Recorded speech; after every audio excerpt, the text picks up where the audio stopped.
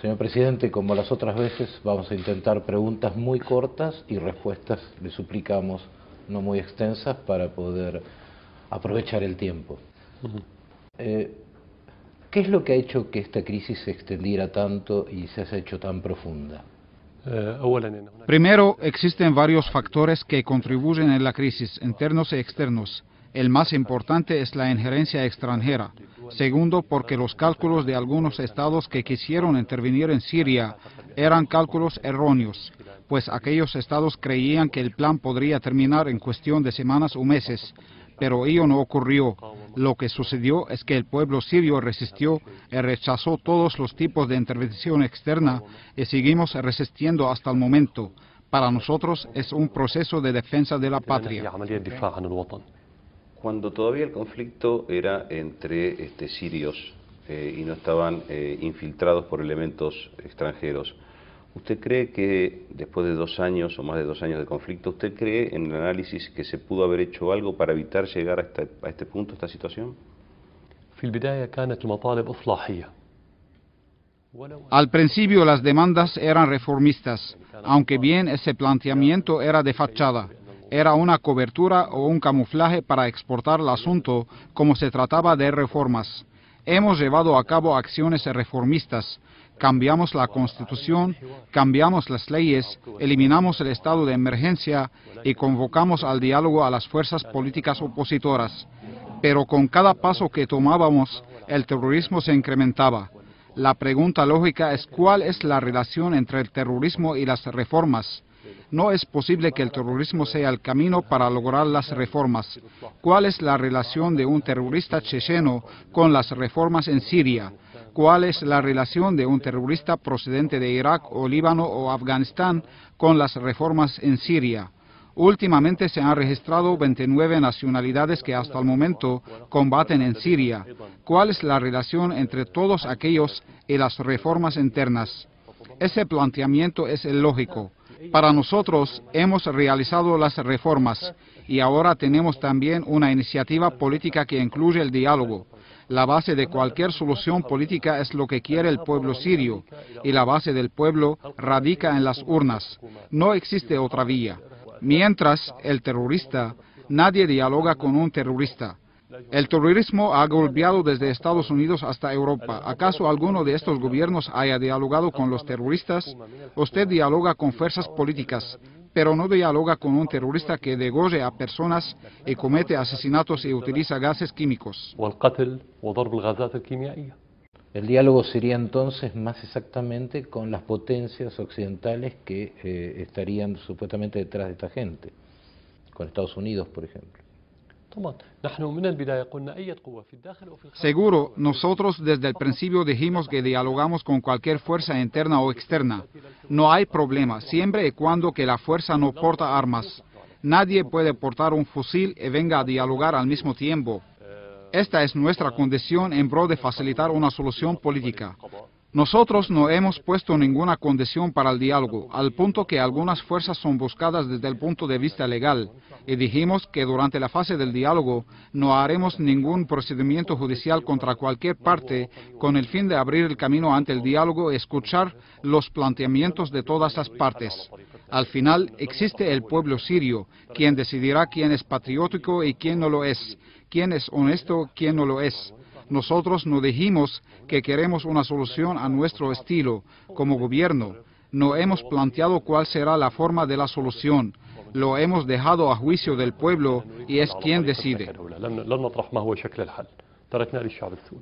Estados Unidos ha dado múltiples señales de que no quiere intervenir, lo dijo el vicepresidente Biden, lo dijo antes el presidente Obama, pero el canciller Kerry ha dicho últimamente que un diálogo tendría que incluir esta posibilidad que le señala mi colega.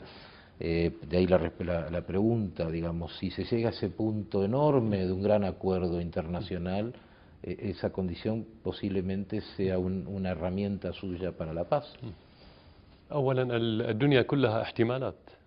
No sé si Kerry o cualquier otro tuvo el permiso del pueblo sirio para hablar en su nombre sobre quién debe irse o quién debe quedarse. Nosotros dijimos desde el principio que cualquier decisión que tenga que ver con las reformas en Siria o cualquier otra acción política son decisiones locales y no es permisible ni a Estados Unidos o cualquier otro estado que intervenga en ellas. Este es un asunto definido en Siria. Somos un Estado independiente, un pueblo que se respete a sí mismo, y no aceptamos que nadie nos dicte lo que debemos hacer, ni Estados Unidos ni cualquier otro Estado, para ser precisos y claros. Por ello, esta probabilidad la define el pueblo sirio, en específico. Usted va a elecciones, presenta su candidatura. Existen dos probabilidades, o ganas o pierdes. Estas son probabilidades. Y la probabilidad no es que vayas a la conferencia y decides un asunto que no haya decidido el pueblo. Este es el primer punto. Por otra parte, el país está en crisis y cuando el barco enfrenta una tormenta, pues el capitán no huye. El capitán del barco no huye de la tormenta.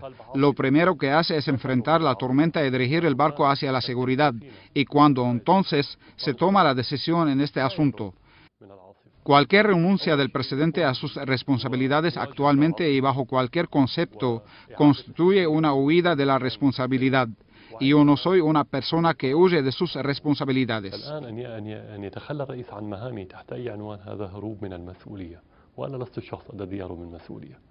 ¿Hay algún cambio que va marcando la historia, sin embargo, me parece, señor?